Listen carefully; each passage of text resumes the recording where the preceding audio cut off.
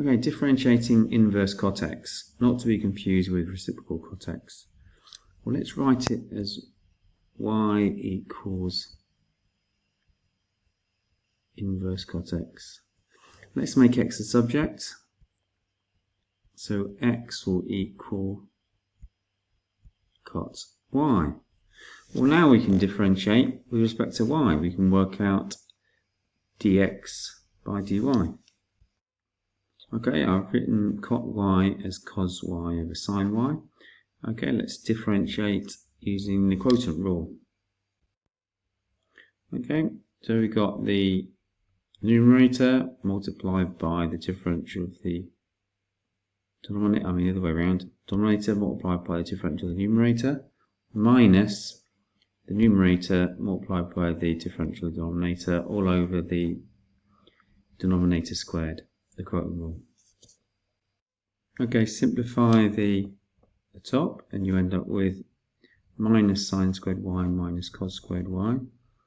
Well, the numerator is minus 1. Okay, so you can factorize the top and you end up with minus open bracket sine squared y plus cos squared y, which is minus 1.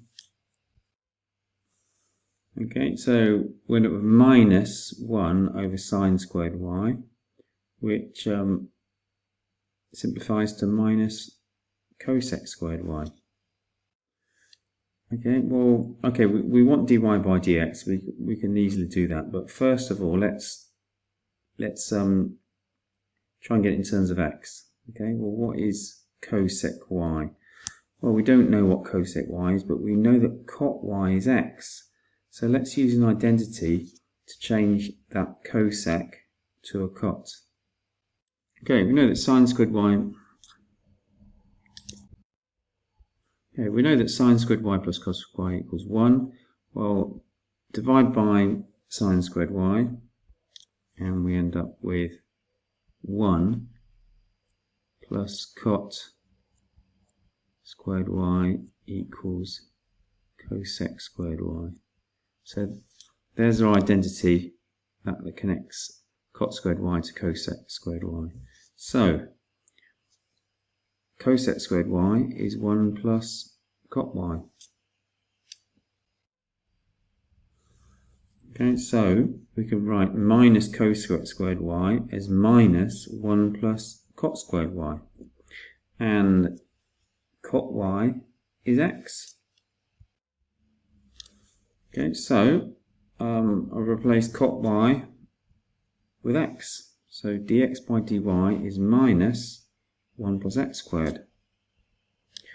So dy by dx will be the reciprocal of that. So it will be minus 1 over 1 plus x squared.